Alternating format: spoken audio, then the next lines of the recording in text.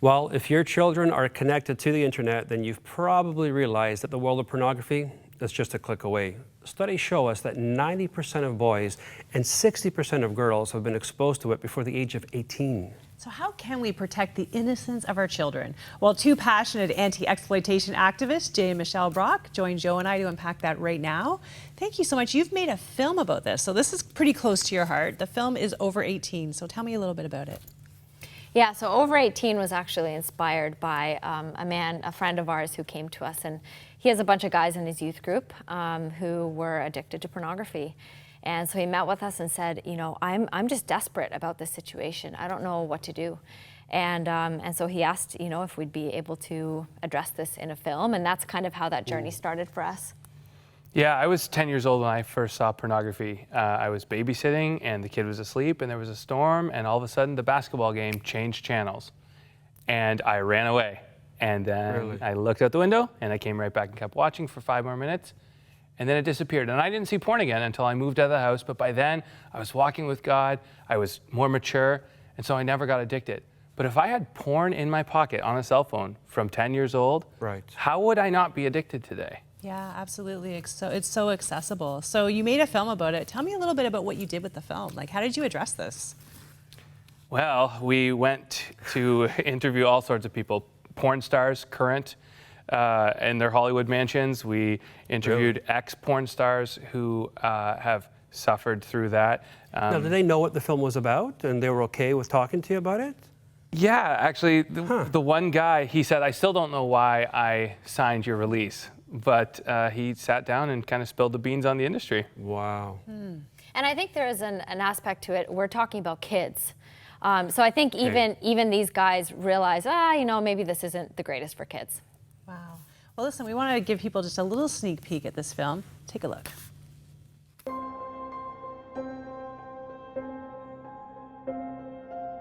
I was just playing on this game site, and all of a sudden, this pop-up comes in the corner. You go and you click on it, and it's this porn site, and I'm like, whoa, that was weird. So I click on the X and I keep playing my game. For the few seconds that I saw it, I couldn't get it out of my head.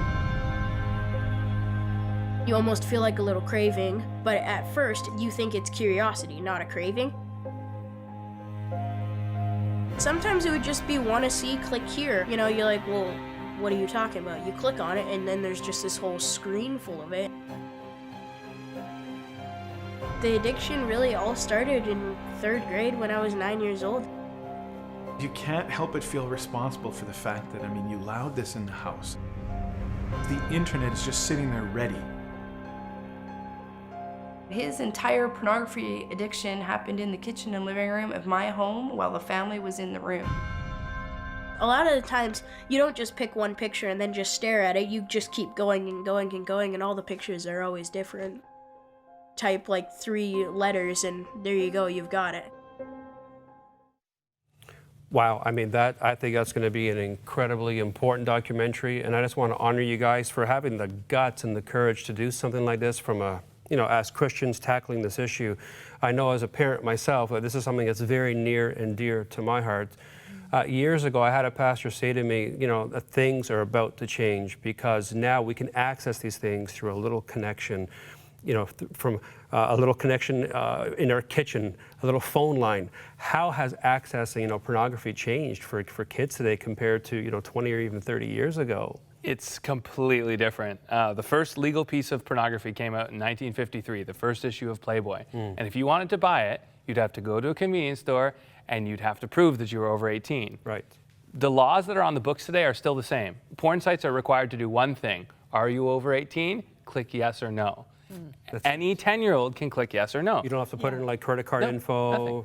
So we're hoping that a law will be passed in Canada and hopefully in countries around the world to have meaningful age verification. So similar to gambling sites, you have to prove that you're over 18 to put a single penny online. So we already have a way to do this. We just need to figure out how to do it with porn sites. You go to a corner store, you can't even look at cigarettes if you're under 18, right? Like nobody can. You have to specifically prove it. I actually remember getting kicked out of a store when I was probably, I don't know, 8 or 9 years old. I was in the wrong section. I was like, what is this? And they kicked me out.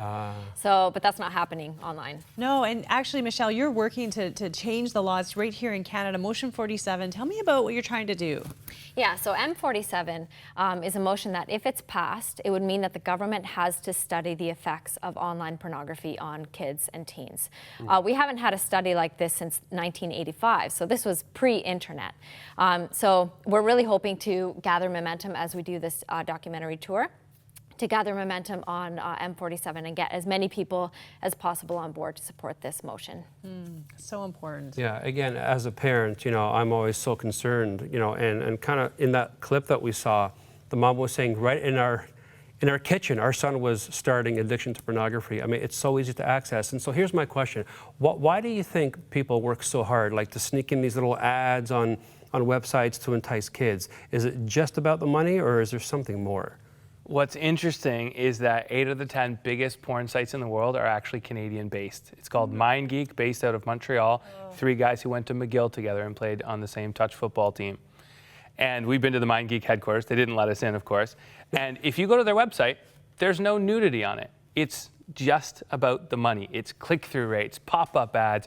Porn really drove a lot of the technology on the internet because it's so profitable.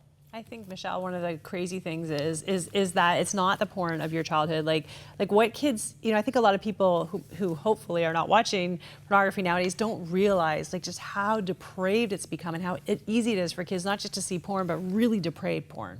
Yeah, and I think the challenge is when I was a kid, I remember one time asking my dad to borrow a dictionary because I wanted to look up something I had heard on the playground, and so I looked it up, and I think it was sex or something like that, and I looked it up. I was very disappointed at the boring description that it gave me, and afterwards, when they asked me what did you look up, I'm like, oh, I can't remember what I looked up.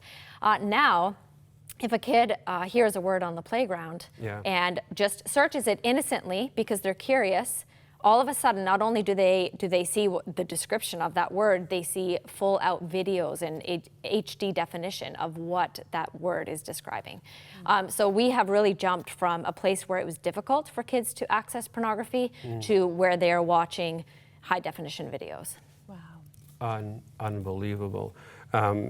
One of the questions I wanted to ask you guys is because you had an opportunity to go and visit with people who were actually in the adult, film industry, those who have retired, who've kind of come out of it. I mean, what did they say about what that did to them personally? It depends on who you ask. Yeah, because Hollywood wants to make it's glamorous, it's awesome, right? But then there's the reality of what actually happens to people. Yeah, so I think for the women that we interviewed in this film, when you watch it, you can see it on their faces. So one of them, the porn company still owns hername.com. And she's married, she's come to faith, her life is completely different now. But her name, they're making hundreds of thousands of dollars a year off of her still, and she's been out of the industry for years. That's not empowering to women at all. And that is the line, right? That women and men say, when women get involved in pornography, it's our choice, it's empowering, we're making a living, we're making a lot of money. Michelle, what do you think about that? Is it empowering? Well, certainly, no, I don't think that. I think there's an illusion of empowerment. Yes. There's a lot of attention that you get from this. I mean, one of the women was telling us, I had so many fans. People were telling me that they loved me. Whenever I got on the porn set, they would, bring me coffee, and I felt like a superstar. Everyone loved me. But at the end of the day, it ended up being very empty for her. And so, yeah, no, absolutely not. I don't think it's empowering for women. I remember talking to a friend of mine who was a sex trade worker, and she thought all the attention that she got meant that she was pretty, and for the first little while, but it was over time she started realizing that none of those people were ever there for her, that violence became part of her life, that degradation became, and she realized that I'm just being used. I could be anybody. And that was kind of the turning point of her life. But you were talking about the harm to them, but what about the harm to kids? So we saw that little boy, and it's one thing to say kids are addicted, but oh my gosh, to see a little boy that age say like, as the film goes on, I know he says like, I'm a porn addict. At what, 13? He should be catching frogs, playing street hockey with his buddies or flag football down at the local field. I mean, what does this do? I think it's where you're going. What does this do to boys, especially that young? Like, how does it warp their view of sexuality? I sat down in Orlando with a neuroscientist, and he explained it to me. Okay. Basically, when you look at porn, you get a dopamine hit to a part of your brain right here called the nucleus accumbens. It's like similar to like a giant hit of like a drug, You get hit right here, and it's addictive. But For males, our cerebral cortex, our forward-thinking, reasoning, protective mechanism, doesn't fully develop until we're 20 to 22. But the average boy is now seeing porn at 12 years old. So there's potentially a decade-long window where they're getting addicted to a heavy substance without any way to protect themselves. So boys are becoming addicted to pornography because of it. And I think when you, oh, sorry, Joe. No, it's okay. I'm saying, but with that addiction, that must change behavior. It must change the way boys look at girls, the way they think about sex and intimacy and relationship. I mean, it's destroying an entire generation. Absolutely, and I think it's what's happening is that their sexual template is being changed, and so when they're exposed to something, for example, violent sex online, that then it instructs their behavior later on. So when they eventually get a girlfriend, I mean, we've seen reports of boys, 16-year-old boys taking girls out on dates and assuming that a certain behavior is what normal behavior is, and because they saw it on the screen. Exactly, and so templates are changing.